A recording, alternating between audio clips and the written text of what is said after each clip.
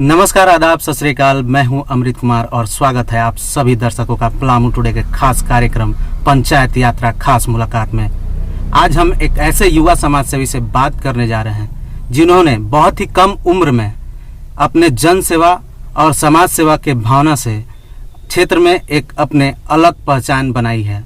उन्होंने एक प्रखर समाज सेवी की पहचान बनाई है और फिर से जन सेवा की भावना लिए वो उतर चुके हैं चुनावी समर में।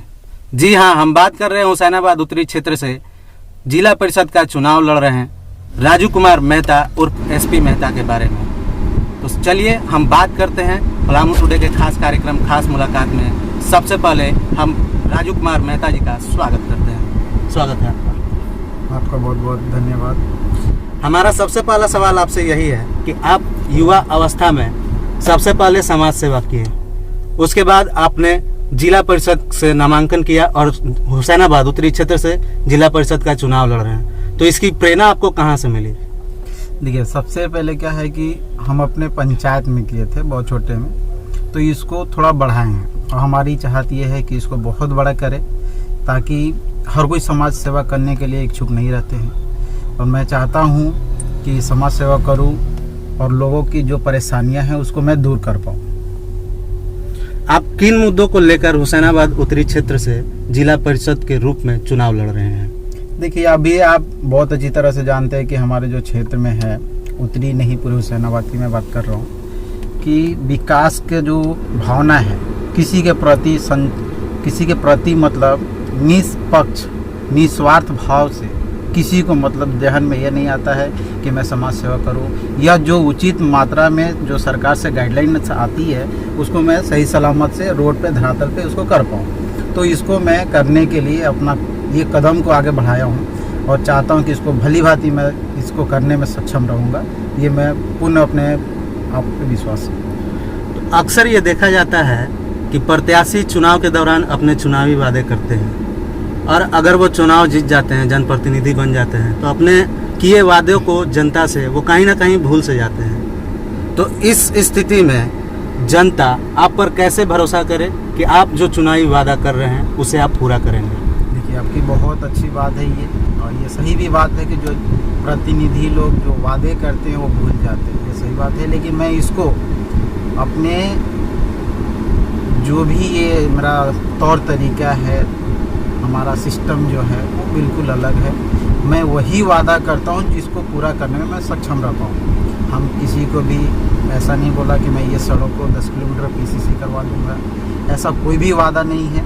मैं ये कहा हूँ कि आपका जो भी वादा रहेगा उसमें मैं अपना भागीदारी निभाऊंगी और सरकार से छीन करके काम आपको दिलवाऊंगा। आप पहली बार जिला परिषद का चुनाव लड़ रहे हैं, अब विभिन्न हिस्सों में घूम भी रहे हैं जी, सही। तो आपको जनता से कैसा समर्थन मिल रहा है? जनता से जो समर्थन है मैं इसको अपनी जुबान से बयान नहीं कर पाऊँगा और जितना भी करूँ वो कम रहेगा। इसलिए मैं चाहता हूँ कि इस पर मैं अपनी बात को ना रखूँ और जनता का जो प्यार है मेरे प्रति वो मेरे खुद जनता लोग जानते हैं, दर्शक जानते हैं। मैं उनको नमन भी करता हूँ कि ऐसे प्यार मेरे ऊपर बनाए रखें। आप खुद एक युवा चेहरा हैं और इस चुनाव में युवाओं की क्या भागीदारी आप देखते हैं? युवाओं की भागीदारी जो है वो बहुत ही अलग है। उनकी सोच है कि हमारे भाई राजू भाई जो आए हैं ये क्षेत्र में विकास की एक नई किरण है और हम इनको बढ़ चढ़ के भाग लेंगे। साथ में हमारे गार्जियन लोग भी जो हैं बहुत ही उत्सुक हैं कि नहीं, हमारा बेटा आया है और इनको आगे बढ़ाएंगे और बढ़ा भी रहे हैं। उसके साथ साथ छोटे और नन्हे बच्चे भी, मेरा एक छोटा सा वीडियो वायरल हुआ था, आप देखे होंगे जी, कि उसमें भी बहुत सारे बच्चे जो बोल रहे हैं बिस्कुट छाप बिस्कुट छाप।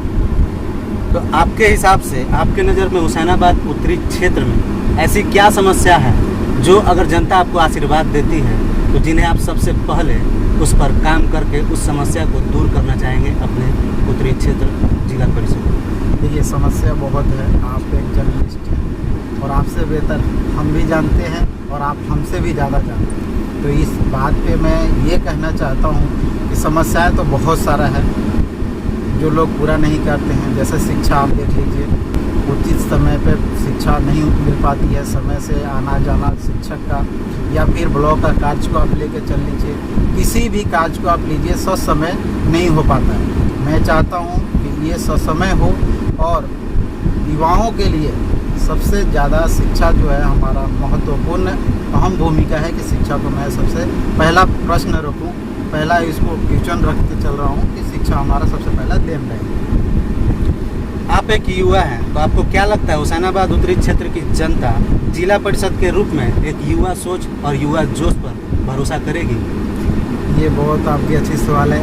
मैं बहुत कम एज के अभी तक जितने भी नामांकन हुए थे जिला परिषद पूरे पलामू में, उसमें सबसे कम एज में रही, और मैं इसको बहुत पूर्ण तरह से इस कार्य को निभा रहा हूँ कि ताकि हमारे गार्जियन जो भी हैं इसको, किन्हीं को भी, या छोटे हैं बड़े हैं, उनका विश्वास टूटे नहीं।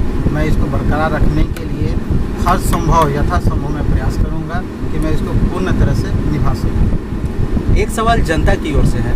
जनता का सवाल यही है कि क्या राजू मेहता जिस तरह अभी जनता के सुख दुख में साथ हैं और जन सेवा कर रहे हैं, अगर वो जनप्रतिनिधि बन जाते हैं तो जनता के साथ उसी तरह उसी भावना से मिलेंगे और उसी तरह जन सेवा में लगे रहेंगे? इस तरह की बातें जनता की। ये सही बात है। जनता जो है हमारी उत्तरी क्षेत्र की नहीं, पूरे हुसैनाबाद की, मैं सारे हुसैनाबाद जनता से नम्र निवेदन करता हूँ कि अभी जो मेरा कार्य क्षेत्र है, जो मेरा सिस्टम है कार्य करने का, इससे कहीं ज़्यादा और बेहतर देखने को मिलेगा। तो क्या ये उम्मीद रखें कि अगर हुसैनाबाद उत्तरी क्षेत्र से अगर आप जिला परिषद, अगर आपको जनता चुन लेती है, तो जिला में भी कुछ बेहतर करने की उम्मीद देखी जा सकती है हुसैनाबाद उत्तरी क्षेत्र से? जैसे मान लिया जाए कि उपाध्यक्ष के पद पे शायद आप लड़ने की कोशिश करेंगे कि हुसैनाबाद जिला पर या पूरा पलामू जिला परिषद में आप उपाध्यक्ष के पद पर आए? नहीं, ये तो बहुत बड़ा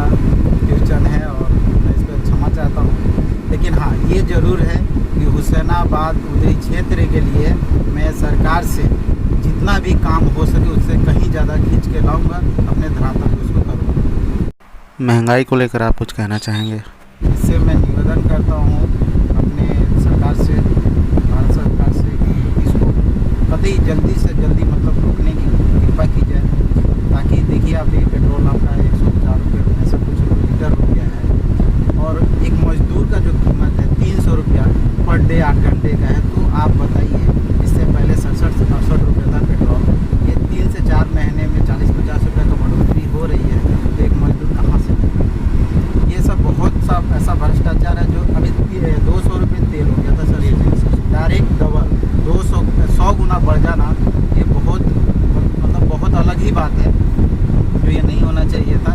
मैं चाहता हूँ कि इसको जल्द से जल्द घटाया जाए। जनता से आपकी कोई अपील?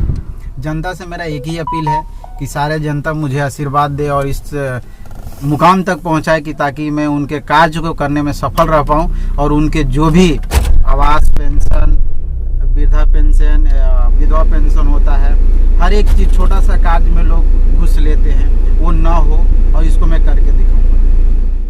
एक अपील है कि सबसे